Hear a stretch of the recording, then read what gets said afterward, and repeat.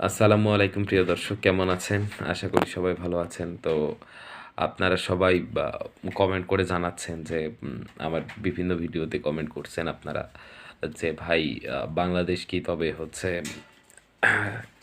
পাকিস্তানের জেএফ-17 থান্ডার যুদ্ধবিমানটি ক্রয় করতে যাচ্ছে কিনা, আর জে-10সি যুদ্ধবিমান কি বাংলাদেশ নিবে কিনা। তো দেখুন, এখানে বিষয়টি হচ্ছে আপনার জেএফ-17 থান্ডার একটি লাইট ওয়েট ক্যাটাগরির যুদ্ধবিমান। এর কম্পেয়ার করতে পারেন এর সাথে আপনি ভারতের তৈরি তেজাস যুদ্ধবিমান, তারপরে হচ্ছে মিরাজ 2000, এই ধরনের যুদ্ধ বিমানগুলোকে আপনি এর সাথে কম্পেয়ার করতে পারেন। আর বাংলাদেশের প্রেক্ষাপট অনুযায়ী যেহেতু আমাদের মোট 10 স্কোয়াড্রন যুদ্ধ বিমানের প্রয়োজন বাংলাদেশের প্রেক্ষাপট অনুযায়ী, সেক্ষেত্রে জেএফ-17 থান্ডার ব্লক 3 যে সংস্করণটা আছে, এইটা মনে করেন যে খুবই আহ, বা- মানে অর্থনৈতিক দিক থেকে বাংলাদেশের জন্য বেটার একটা অপশন হবে। কারণ জেএফ-17 থান্ডার ব্লক 3 যুদ্ধবিমানটার দাম 25 থেকে 30 মিলিয়ন মার্কিন ডলারের ভিতরে, যা বাংলাদেশের জন্য খুবই দারুণ একটা প্ল্যাটফর্ম হবে। কারণ এটা দেখেন হচ্ছে আপনার ভিভিআর মিসাইল ক্যারি করতে পারে, আইএসআর রাডার আছে, তারপরে হচ্ছে আপনার গাইডেড কিছু বোম ব্যবহার করতে পারে। এটার হচ্ছে এই যে সক্ষমতাগুলা, এই সক্ষমতাগুলা উন্নত অ্যাভিওনিক্স, এই সক্ষমতাগুলা এত কম দামের একটা ফাইটার প্ল্যাটফর্মে পাওয়া আহ, আসলেই একটা মানে দারুণ একটা বিষয় বাংলাদেশের প্রেক্ষাপটে। তো সেক্ষেত্রে বাংলাদেশ যদি পাকিস্তান থেকে আপনার 2 থেকে 3 স্কোয়াড্রন বা 4 স্কোয়াড্রন এই ধরনের জেএফ-17 থান্ডার ক্রয় করে, সেটাতে অবাক হওয়ার কিছু নাই। এটা দেশের জন্য ভালো হবে, কারণ এই যুদ্ধ বিমানগুলা আমাদের আহ, মনে করেন যে আমাদের যে F-7 যুদ্ধ বিমানগুলো আছে এগুলাকে রিপ্লেস করতেও আহ, মানে খুব কার্যকর একটা ভূমিকা পালন করবে। তাছাড়া আর আমাদের তো মিডিয়াম ওয়েট ক্যাটাগরির যুদ্ধ বিমান এর প্রয়োজন। আর হেভি ওয়েট ক্যাটাগরির ক্ষেত্রে হয়তোবা বাংলাদেশ জে-35কে সিলেক্ট করতে পারে। আবার রাফাল, এই যুদ্ধ বিমানগুলো আসলে আমাদের জন্য ভায়াবল, সরি, এই যুদ্ধ বিমানগুলো আমাদের জন্য অতটা কার্যকর হবে না। কারণ এই যুদ্ধ বিমানগুলা আর কস্ট অতিরিক্ত পরিমাণে বেশি। যে টাকা দিয়ে একটা রাফেল কেনা যাবে সেই টাকা দিয়ে আপনার প্রায় 3টা পাকিস্তানের জেএফ-17 থান্ডার আর প্রায় 2টা মতো চীনের জে-10সি কেনা যাবে। তো জে-10সি যুদ্ধ বিমানটা বাংলাদেশ যদি ক্রয় করে তবে সেটা হচ্ছে এই থান্ডার কিনলে যে জে-10সি কিনবে না, বা জে-10সি কিনলে যে থান্ডার কিনবে না, এরকম না। আসলে বিষয়টা থান্ডার লাইট ওয়েট ক্যাটাগরির যুদ্ধ বিমান, অন্যদিকে আপনার জে-10সি একটা মিডিয়াম ওয়েট ক্যাটাগরির যুদ্ধ বিমান। সেক্ষেত্রে 2টা যুদ্ধ বিমানেরই আমাদের প্রয়োজন আছে। তো এ নিয়ে কনফিউজ কেউ হবেন না যে ভাই এই যুদ্ধ বিমানটি আসবে না, এটা আসবে না, এটা কিনলে এটা কিনবে না, এটা কিনলে এটা কিনবে না। এখানে বিশ্ব রাজনীতির অনেক বিষয় থাকে। সেক্ষেত্রে মনে করেন যে আবার F-16 যুদ্ধ বিমানটা হয়তো বা মিডিয়াম ওয়েট ক্যাটাগরির ভিতরে হয়তো বা জে-10সি, নাহলে F-16 যুদ্ধ বিমান, এই 2টার ভিতরে যে কোনো একটা বাংলাদেশ সিলেক্ট করবে।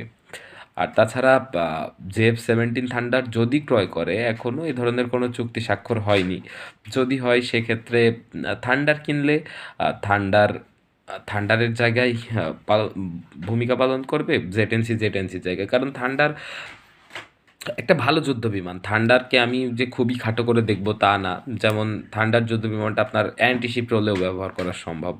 আবার এই যুদ্ধ বিমানে আমরা মনে করেন যে তুরস্কের তৈরি আ বিভিন্ন ধরনের অ্যান্টিশিপ যে মিসাইলগুলো আছে সেগুলা ব্যবহার করতে পারবো। আবার এয়ার টু এয়ার মিসাইল, এটা নিজেদের মতো করে কাস্টমাইজ করে ব্যবহার করা যায়। সেক্ষেত্রে যে থান্ডার কিনলে বাংলাদেশ পিছায় যাবে, বাংলাদেশ এয়ারফোর্স ও পরবর্তীতে কোনো যুদ্ধ বিমান কিনবে না মিডিয়াম ওয়েট ক্যাটাগরির, এরকম না। হয়তোবা থান্ডার কিছু কিনবে, জেড-10সি কিছু কিনবে। এই বিষয়টা নিয়ে অনেকেই কনফিউজ যে ভাই, তো তাহলে কি জেড-10সি বাংলাদেশে আসবে কি না? এটা অফিসিয়ালি এখনও ডিক্লেয়ার করেনি যে কোন দেশের যুদ্ধ বিমান ক্রয় করবে। তবে আমার ব্যক্তিগত অপিনিয়ন, যদি বাংলাদেশ থান্ডার ক্রয় করে তবে এটা দারুণ উদ্যোগ। কারণ আমাদের দীর্ঘদিন যাবৎ যুদ্ধ বিমান এর একটা বিশাল ঘাটতি আছে, যুদ্ধ বিমান ক্রয় করেনি। কারণ এই বাস্তবতা, যারা ডিফেন্স রিলেটেড বিষয়গুলো নিয়ে ধারণা রাখেন তারা জানেন যে আহ, আমাদের এয়ারফোর্স F-7 যুদ্ধ বিমান আর এই 8টা মিগ-29 যুদ্ধ বিমান ছাড়া আর মেরুদণ্ড বলতে কিচ্ছু নাই। এই যুদ্ধ বিমানগুলো এখন বর্তমান সময়ে এসে খুবই দুর্বল। সেক্ষেত্রে ও মানে খুবই তাড়াতাড়ি যুদ্ধ বিমান ক্রয় করা মানে আমাদের দেশের জন্য একটা মানে নিরাপত্তার জন্য একটা শক্তিশালী পদক্ষেপ হবে। কারণ এইভাবে একটা দেশ চলতে পারে না। একটা দেশের এত গুরুত্বপূর্ণ একটা বাহিনী এত দুর্বল বিমান বাহিনী নিয়ে চলতে পারে না। তাছাড়া আমাদের অর্থনীতি আ বিবেচনা করলেও আমাদের ৩৬টা মতো আপনার জেট-এনসি আ ক্রয় করা যায়। তো এখন বাংলাদেশ সরকার তাদের আ যে বিষয়গুলো নিয়ে বিবেচনা করতিছে প্রতিরক্ষা বিষয়গুলো নিয়ে, সেক্ষেত্রে কিছু যুদ্ধবিমান হয়তোবা জেট-এনসি আর আপনার থান্ডার ২ টার সমন্বয়ে যেমন ৩ স্কোয়াড্রন বা ২ স্কোয়াড্রন আপনার থান্ডার নিল ১ম অবস্থায় আর কিছুদিন পরে বা এর ভিতরেই যদি ১ স্কোয়াড্রন বা ২ স্কোয়াড্রন যুদ্ধবিমান নিয়ে প্রায় ৪-৫ স্কোয়াড্রনের মতো যুদ্ধবিমান ক্রয় করে বেশি টাকা খরচ হবে না, ২ থেকে ৩ বিলিয়ন মার্কিন ডলার খরচ হবে। সেক্ষেত্রে এরকম একটা পদক্ষেপ নেওয়া সম্ভব। কারণ এই যুদ্ধবিমানগুলো আসতেও বেশি দেরি হবে না। কারণ চীনের প্রোডাকশন লাইন খুবই দারুণ। তাদের যুদ্ধবিমান প্রোডাকশনের ক্ষেত্রে তারা খুবই আ ফাস্ট। আর পাকিস্তান যেহেতু আজারবাইজানের আপনার হচ্ছে ডিল মানে যুদ্ধবিমানের যে মানে অর্ডারটা তাদের দিয়েছে সেটা যে আপনার ফুলফিল করবে সেক্ষেত্রে একটু সময় লাগবে। সেক্ষেত্রে ১ম অবস্থায় আমরা যদি জেট-এনসি নিই সেটাই বেটার হবে আরকি। আমার ব্যক্তিগত ওপিনিয়ন এটা। তো আপনারা এই বিষয়টা নিয়ে কি ভাবছেন, না ভাবছেন? এই বিষয়গুলো কমেন্টে জানান যে, "ভাই এই বিষয়টা এরকম, এই বিষয়টা এরকম।" উম আর আরেকটা কথা আমি ক্লিয়ারলি বলি, আমার ভিডিওতেও আমি বলেছি যে হচ্ছে আপনার এখনো পর্যন্ত অফিসিয়ালি কোনো নিউজ নাই যে যুদ্ধবিমান কিনবে। হ্যাঁ, একটা দেশে আ পা পা আমাদের যুদ্ধবিমান প্রয়োজন। সেক্ষেত্রে আরও বিভিন্ন ডিফেন্স ইকুইপমেন্ট প্রয়োজন। সেক্ষেত্রে একটা ভিজিট এখন দেখা যাক।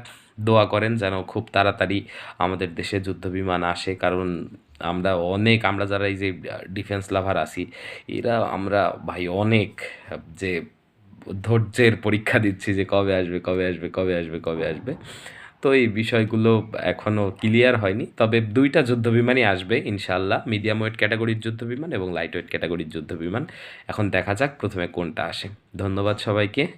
ভালো থাকবেন। আসসালামু আলাইকুম।